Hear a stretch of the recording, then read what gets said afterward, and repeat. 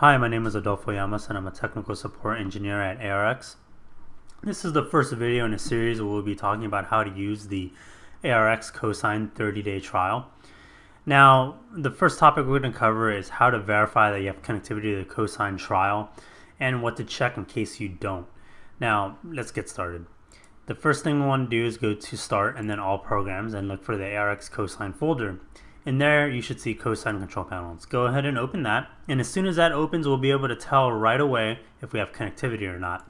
And the way that we know is to the right of client configuration, there should be a button there called graphical signatures.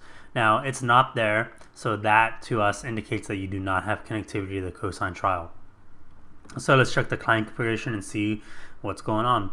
Now, before we go in here, I want to point out that you need to be an administrator on your computer, so you may need to get your IT staff involved. With that said, let's go ahead and open client configuration and check it out. Now, in client configuration, we'll want to expand client, and then we'll go to appliances. Now, here's the problem. We need to be setting appliance parameters, so let's go ahead and change it to that. And then down here at the appliance list, we'll want to add the 30-day CoSign trial servers. Now, a quick note before I continue. At ARX, we refer to all of our CoSign servers as appliances. So whenever you see appliance listed in our documentation or in our software, you can just think of it as a server. So it's kind of interchangeable terms there, appliance and server. So let's go ahead and add the 30-day servers. I want to add the first one, and both of them are going to be added using the DNS name. So I want to change this to CoSign appliance DNS name. And the first one we're going to add is prime.cosigntrial.com. Again, that's prime.cosigntrial.com. Let's go ahead and add the second one, same way using the appliance DNS name, and that one is alt1.cosigntrial.com. And then we're going to hit File and Apply. Now, I realize this may be a little small for you, so at the end of the video, I'll go ahead and type it out in Word in bigger font for you. But now that we've applied the changes, you can see that client and appliances is bolded and nothing else is. Now, the reason why that is because client being bolded is letting us know that something under here is not set to default. So when we go down here, it says something under appliances isn't set to defaults. And of course, that's true because we defined CoSign servers in the appliance list. As you can see, everything else is set to defaults. For the purposes of the trial, everything should be set to defaults except for appliances. So if something else is bolded in there, feel free to just go back and have it set to use defaults.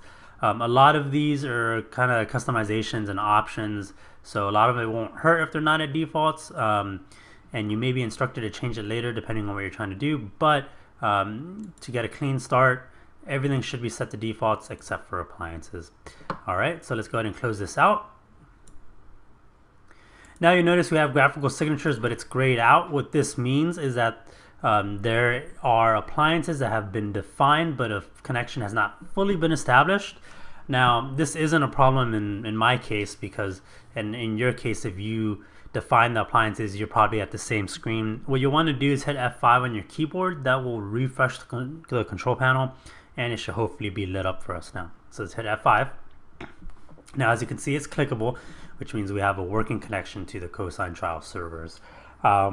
If you still don't have the graphical signatures button and you did check the client configuration, the first thing to check for is typos in the client configuration. And if there's no typos and it looks okay and you still don't have that button, there's most likely a firewall or proxy blocking communication. At the risk of getting a little technical here, we do need to be able to communicate to the CoSign appliances on port 443, both inbound and outbound. So if you're experiencing problems and your client configuration looks okay, you may want to pass that information along to your IT personnel. So now that we have connectivity, let's go ahead and manage our graphical signatures.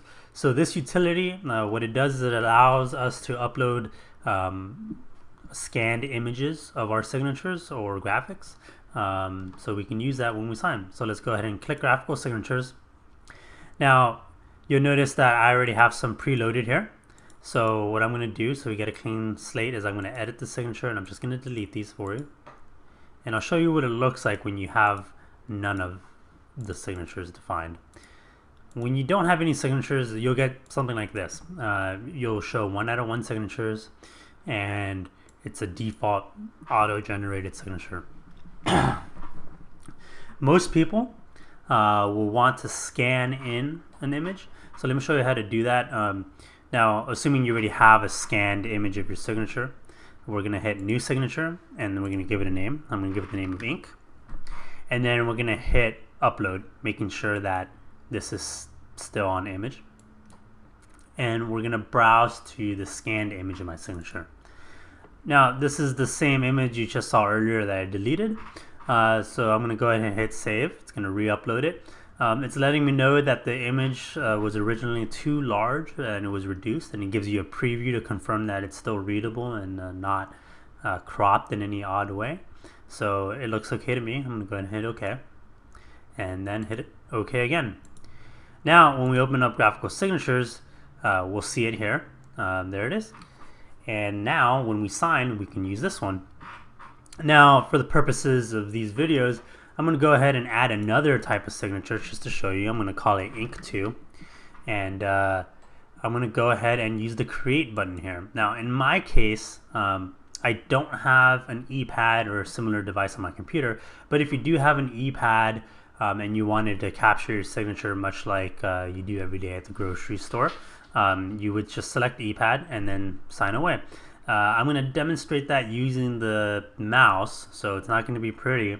But you get the idea. So had I selected ePad, it would look the same, and then as soon as I start signing on the ePad, it would capture it. Now when I'm satisfied, I just hit done. And what I can do here is I can tell it if that's going to be my full signature, initials, or logo. Now for the purposes of this demonstration, I'm just going to leave it at full signature and hit save. And now you'll notice that I have both this image and the scanned in image. Now I'll show you a third option, which is less popular, but you remember that default signature? Well, you can create something like it if you don't have a capture device, or if you don't want to sign the blank piece of paper and scan it in using a scanner. You can do text only, so you give it a name. I'll do text only, and then you simply type your name as you want it to appear. Oh, I can't type it.